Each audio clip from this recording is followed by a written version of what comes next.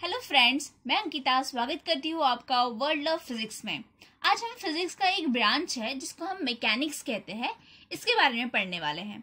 Physics यानी क्या है ये तो सबको पता ही है, राइट। फिजिक्स जो है वो क्या किसके रिलेटेड डील करता है, ये हमारे सराउंडिंग में और नेचर में होने वाली जो चीजें हैं इनके बारे में हमें बताता है, या फिर जो भी कुछ नेचर में या सराउंडिंग में हो रहा है उसके पीछे क्या है, तो उसके पीछे फिजिक्स होता है।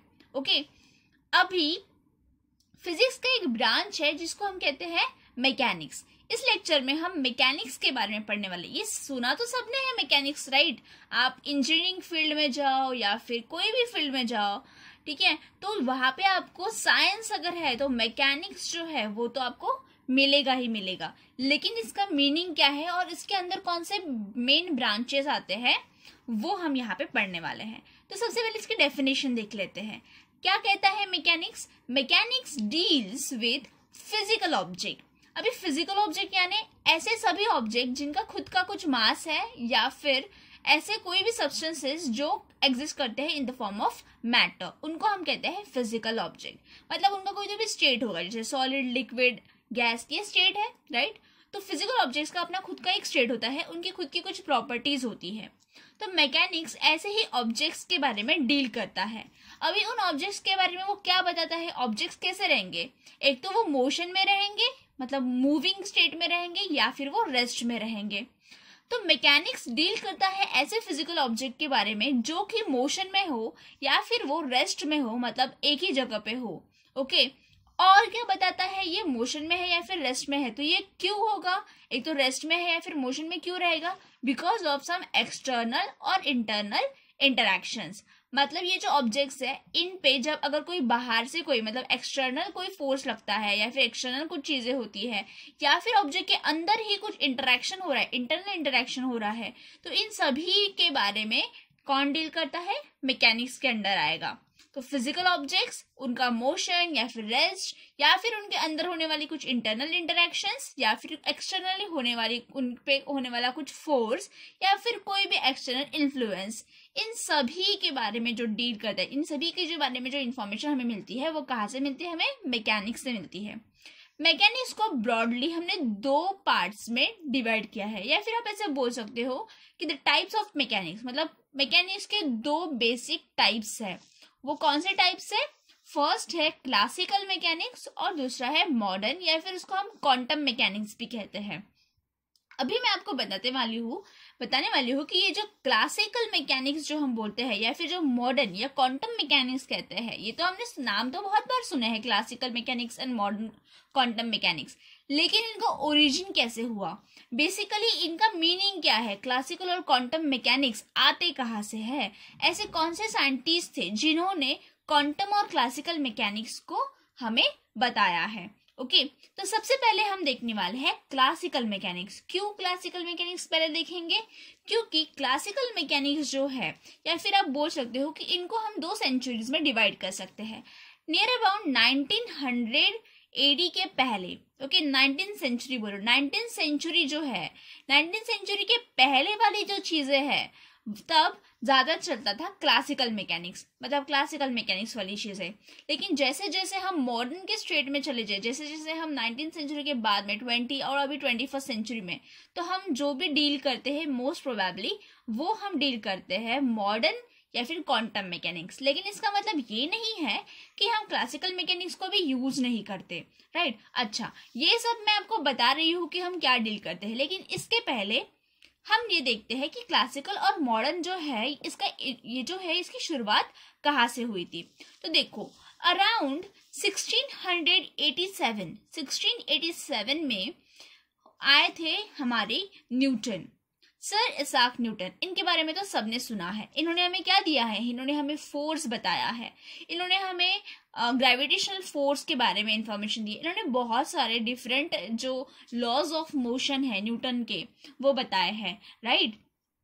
तो न्यूटन को सब अच्छे से जानते हैं। न्यूटन ने सबसे पहले 1687 में हमें न्यूटन्स लॉज दिए जो डील करते हैं मोशन ऑफ द ऑब्जेक्ट, जो क्या बताते हैं, हमें रिलेशनशिप बताते हैं फोर्स और मोशन के बीच में। एक्चुअली क्या होता था कि पहले के जो भी ऑब्जेक्ट्स होते थे उन ऑब्जेक्ट्स का जो मोशन है वो क्यों हो रहा है या फिर वो उस पर क्या फोर्स एक्ट होता है, एक्चुअली ये मोशन और फोर्स के बीच में रिलेशन क्या है, ये किसी को नहीं पता था, राइट। हम पहले से देख रहे हैं कि ऑब्जेक्ट जो है वो एक जगह से दूसरी जगह जाता है, लेकिन वो क्यों जाता है, फोर्स की वजह से, ये तो हमें अभी पता है, राइट। लेकिन जब किसी को नहीं पता था तो न्यूटन वो थे जिन्होंने हमें न्यूटन के कुछ लॉ दिए। सबको पता है न्यूटन के कितने लॉ है, 3 लॉज है।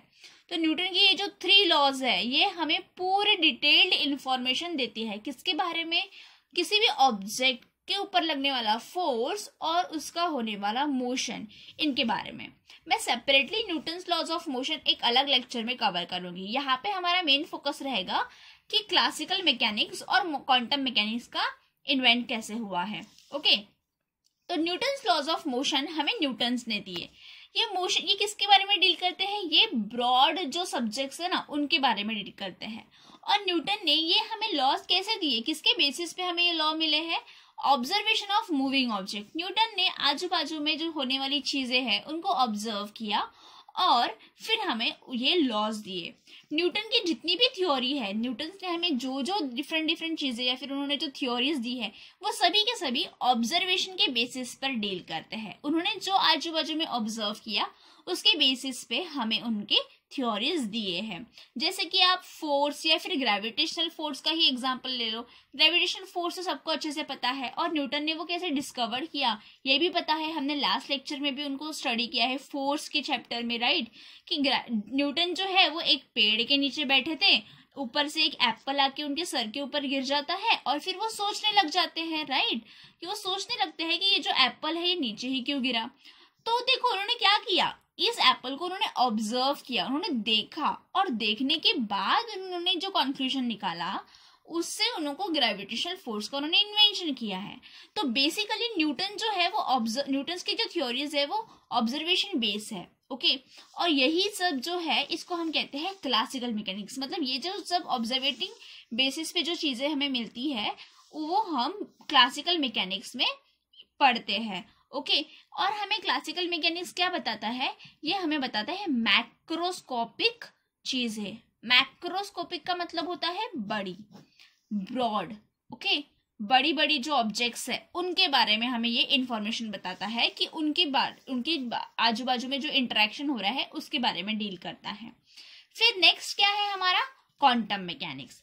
तो 1900 के बाद वाली जो डिस्कवरीज हुई है उसको हम कहते हैं क्वांटम। ये कैसे डिस्कवर हुआ, क्लासिकल मैकेनिक्स तो हमारे पास था, ये बहुत सारी चीजों पे एप्लीकेबल भी था, लेकिन ऐसे कुछ चीजें थी जैसे उन पे जो न्यूटन के कुछ लॉज है वो अप्लाई नहीं होते थे। तो फिर क्या होता है कि 1905 में आइंस्टाइन लेके आते हैं रिलेटिविस्टिक थ्योरी ऑफ आइंस्टाइन। अभी ये जो रिलेटिविस्टिक थ्योरी है ये बहुत ब्रॉड कंसेप्ट है। पहले तो 1905 में किसी को ये चीज समझी नहीं थी। रिलेटिविस्टिक थ्योरी को उन्होंने 2 पार्ट में डिवाइड किया था। एक में उन्होंने कहा था स्पेशल रिलेटिविटी, क्या कहा था, स्पेशल रिलेटिविटी, और दूसरा उन्होंने कहा था जनरल रिलेटिविटी। अभी मैं इनको शॉर्ट में तो बता सकती हूँ लेकिन ये बहुत ब्रॉड कॉन्सेप्ट है। ओके, तो स्पेशल रिलेटिविस्टिक थ्योरी जो है ये बेसिकली क्या बताता है कि स्पेस और टाइम, मतलब स्पेस में, हमारे यूनिवर्स में जितने भी ऑब्जेक्ट्स हैं उन सभी पे एक ही लॉ या फिर एक ही फोर्स अप्लाई होता है।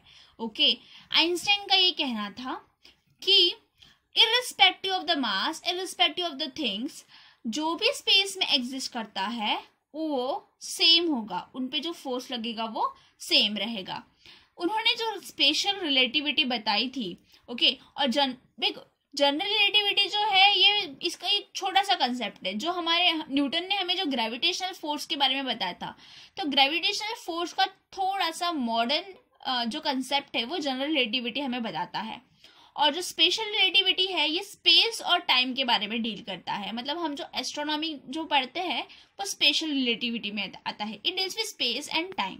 ओके, तो ये जो रिलेटिविस्टिक थ्योरी है इसमें जो स्पेशल रिलेटिविटी है इसी का एक पार्ट है जिसको हम कहते हैं क्वांटम मैकेनिक्स। क्वांटम मैकेनिक्स किसका पार्ट है, स्पेशल रिलेटिविटी का पार्ट है, जिसको हम मॉडर्न मैकेनिक्स भी कहते हैं। अभी आपको अगर ये क्वांटम मैकेनिक्स यानी क्या है, तो क्वांटम मैकेनिक्स हमें इलेक्ट्रॉन्स या फिर बिल्कुल माइक्रोस्कोपिक यानी छोटी छोटी जो चीजें हैं उनके मोशंस के बारे में बताता है। देखो बच्चों, ब्रॉडली हमने जो अब तक देखा उसमें आपको एक ही चीज याद रखनी है कि हमारा जो क्लासिकल मैकेनिक्स है, ये क्लासिकल मैकेनिक्स हमें रिलेशनशिप बताता है ऑब्जेक्ट्स के बारे में, लेकिन ऑब्जेक्ट्स कैसे है, ब्रॉड यानी मैक्रोस्कोपिक ऑब्जेक्ट है। लेकिन जो हमारा क्वांटम मैकेनिक्स है ना, ये किसके बारे में डील करता है, माइक्रोस्कोपिक यानी बहुत ही छोटे ऐसे ऑब्जेक्ट्स जिनको हम अपने नेकेड आइज से भी नहीं देख सकते, यानी इलेक्ट्रॉन्स जो एटम के अंदर प्रेजेंट होते हैं, राइट। तो एटम के अंदर रहने वाले इलेक्ट्रॉन्स, प्रोटॉन्स के बारे में डील करता है। कौन बताता है, ये क्वांटम मैकेनिक्स। ओके, तो चलो एक बार इनका डिफरेंस देख लेते हैं कि क्लासिकल मैकेनिक्स और क्वांटम मैकेनिक्स में क्या डिफरेंस है।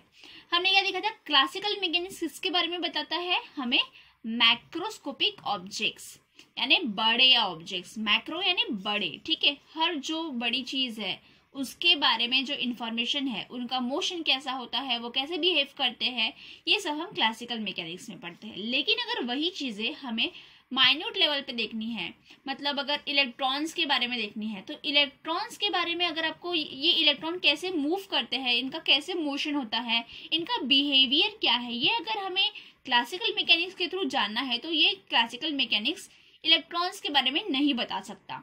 तो यहाँ पे ये क्या हो गया, क्लासिकल मैकेनिक्स का ये ड्रॉबैक हो गया कि classical mechanics doesn't deal with the microscopic objects. तो फिर इसीलिए जो माइक्रोस्कोपिक ऑब्जेक्ट है, मतलब स्मॉल लेवल के ऑब्जेक्ट्स है, माइक्रोस्कोपिक, ओके, माइक्रो यानी स्मॉल, उससे हम डील करते हैं क्वांटम मैकेनिक्स के अंदर। अभी देखो, क्वांटम मैकेनिक्स ड्यूअल काम करता है। अगर आप क्वांटम मैकेनिक्स को ही ब्रॉड लेवल पे देखोगे तो वो बिल्कुल सेम बिहेव करेगा as of the classical mechanics. मतलब क्वांटम मैकेनिक्स क्लासिकल मैकेनिक्स जो बता रहा है वो भी बताता है, मतलब माइक्रोस्कोपिक चीजों के बारे में भी बता सकता है और माइक्रोस्कोपिक चीजों के बारे में बता सकता है। तो हो गया ना ये मॉडर्न, इसलिए तो इसको मॉडर्न मैकेनिक्स कहते हैं, राइट। ओके, और दूसरा देखो, क्लासिकल मैकेनिक्स का दूसरा पॉइंट है single nature. Classical mechanics single nature का है, ओके। जैसे जो पार्टिकल्स है, पार्टिकल्स के फॉर्म में, इसको सिंगल नेचर को एक्सप्लेन करने के लिए दिए है कॉर्पस्क्यूलर थ्योरी। ये आपने पढ़ा होगा इसके पहले भी। कॉर्पस्क्यूलर थ्योरी क्या कहती है कि जो भी हमारे सराउंडिंग में चीजें हैं वो टाइनी इलास्टिक पार्टिकल्स के फॉर्म में होते हैं। इस थ्योरी को सेपरेटली हम अलग लेक्चर में कवर करेंगे। लेकिन कॉर्पस्क्यूलर थ्योरी जो है वो basically single nature of light के बारे में बताता है कि जो हमारी सन से आने वाली लाइट है वो पार्टिकल्स के फॉर्म में होती है, in the form of tiny elastic particles. लेकिन जो क्वांटम मैकेनिक्स है उसमें वो हमें बताता है ड्यूअल नेचर ऑफ लाइट, यानी वो जो हमारी लाइट है, लाइट के वेव्स है, वो वेव्स के फॉर्म में भी होते हैं और पार्टिकल्स के फॉर्म में भी होते हैं। मतलब they are neither particles nor waves but they behave like both, मतलब वो दोनों तरह के से बिहेव करते हैं। कौन, हमारे लाइट के पार्टिकल्स। इसको भी हम सेपरेटली एक अलग लेक्चर में इन दोनों थ्योरीज को मैं आपको बता दूंगी, ओके। ये डिस्कवर किसने किया था क्वांटम मैकेनिक्स में, जो लाइट का पार्टिकल्स है वो किसने बताया था, बहुत सारे साइंटिस्ट थे, जैसे हाइगेंस वगैरह भी आए थे। लेकिन जो एक्सेप्टेड थ्योरी है वो मैक्सवेल्स की इलेक्ट्रोमैग्नेटिक वेव थ्योरी है, जिसमें मैक्सवेल ने थियोरेटिकली बताया था उनके इक्वेशंस के थ्रू कि जो हमारे लाइट के वेव्स होते हैं, जो लाइट रेज आती है सन से, वो इलेक्ट्रिक और मैग्नेटिक फील्ड्स के वजह से आती है, जो कि उन्होंने एक्सप्लेन किया था इलेक्ट्रोमैग्नेटिक वेव थ्योरी में। और इसको एक्सपेरिमेंटली प्रूव किया था उन्होंने मैक्सवेल्स इक्वेशंस के थ्रू। तो हम जो मैक्सवेल्स के इक्वेशंस पढ़ते हैं वो हमें क्या बताते हैं, वो हमें इलेक्ट्रिक और मैग्नेटिक फील्ड के बारे में बताते हैं, जो कि पार्ट है इलेक्ट्रोमैग्नेटिक वेव थ्योरी का, ओके। तो देखो, मेरा जो बेसिक कंसेप्ट था ये लेक्चर लेने का वो ये था कि हम फिजिक्स में जो भी चीजें पढ़ते हैं, हम जितने भी थ्योरीज देते हैं, आपने ये कॉर्पस्क्यूलर थ्योरी पढ़ी होगी, सिंगल नेचर की थ्योरी भी देखी है, मैक्सवेल्स इक्वेशन हम पढ़ते हैं। लेकिन ये मैक्सवेल इक्वेशन होते क्या है, इनका बेसिक क्या मतलब है, ये कहाँ से आए हैं, ओके। तो अभी आपको पता चल गया होगा मैक्सवेल इक्वेशन किससे डील करते हैं, इलेक्ट्रोमैग्नेटिक वेव थ्योरी से, okay. So in this way हमने क्लासिकल मैकेनिक्स और क्वांटम मैकेनिक्स को ब्रॉडली अच्छे से समझने की कोशिश की है। ओके बच्चों, थैंक्स फॉर लिसनिंग।